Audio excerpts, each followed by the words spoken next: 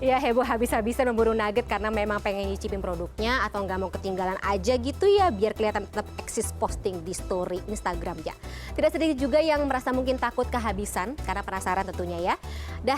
Antusiasme memburu BTS Meals ini juga salah satunya dikarenakan perilaku FOMO alias Fear of Missing Out. Apakah ini sesuatu yang wajar? Kita akan bahas lebih dalam bersama psikolog Liza Marieli Japri. Selamat malam Mbak Liza.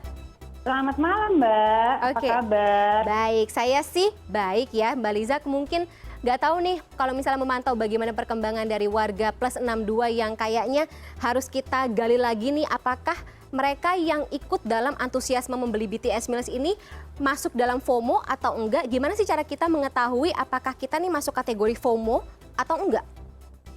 Iya, jadi kan sebenarnya FOMO itu, fear of missing out itu takut ketinggalan itu masuk kepada gangguan kecemasan sosial.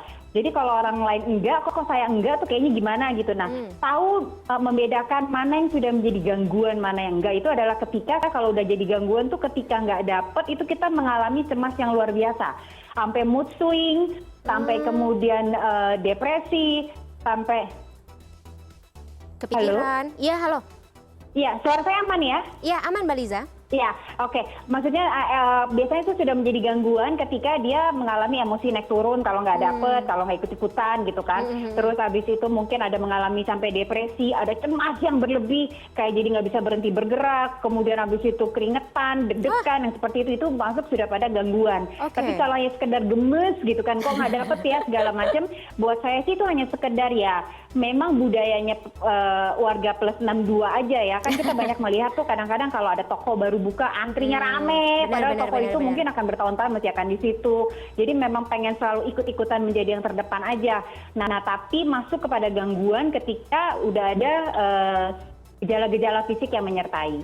Oh, tadi ya seperti kayak kecemasan berlebihan, kemudian ada gejala fisik apa lagi sih Mbak yang bisa dikategorikan FOMO ini udah masuk dalam gejala berat atau dampak yang buruk gitu?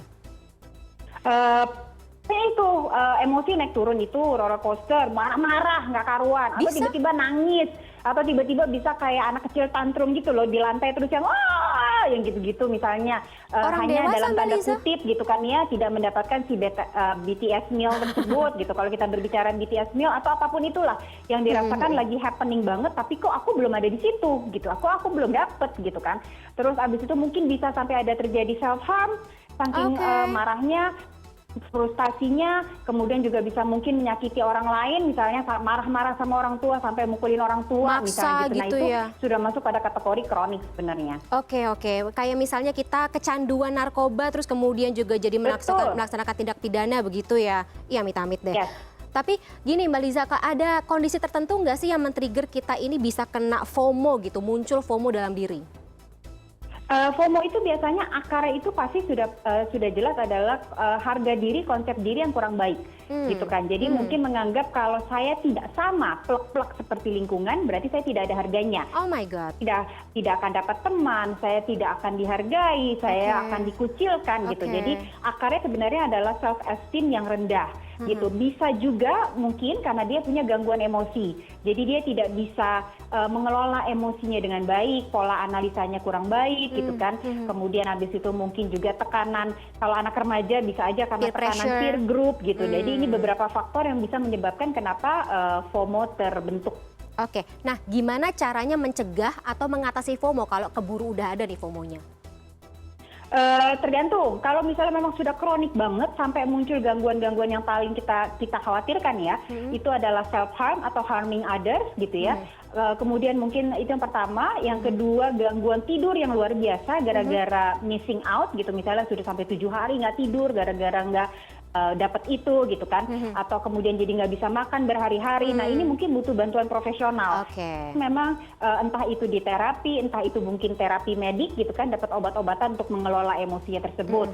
Tapi kalau misalnya belum sampai pada tahap itu, mungkin sekedar social support, mungkin ada orang terdekatnya yang bisa ngajak dia ngobrol, logikanya seperti apa, analisa dengan baik seperti apa, menawarkan persepsi yang berbeda, itu sih sebenarnya nggak apa-apa. Oke, terakhir nih kan kalau misalnya bicara mengenai FOMO juga tidak lepas dari media sosial ya. Singkat saja Mbak Liza, berapa lama sih sebenarnya waktu ideal untuk menggunakan media sosial dalam katakanlah 1 hari gitu untuk mencegah adanya kemungkinan kita terkena FOMO?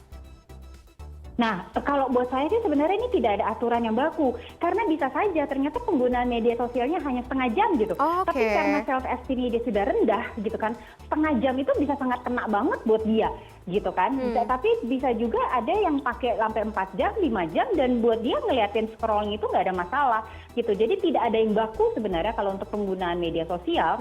Cuman kalau untuk anak-anak memang disarankan kurang lebih gitu ya sekitar 2 jam sehari cukup sebenarnya. Oke. Berarti ini juga jadi salah satu pertimbangan bagi orang tua, kemudian juga teman-teman sekitar lingkungan sekitar kita untuk sama-sama mengawasi penggunaan media sosial dan kecenderungan munculnya FOMO tersebut ya. Terima kasih Mbak Liza Marieli Japri atas informasinya dan bersama-sama kita enyahkan FOMO dari diri kita sendiri ya. Selamat malam.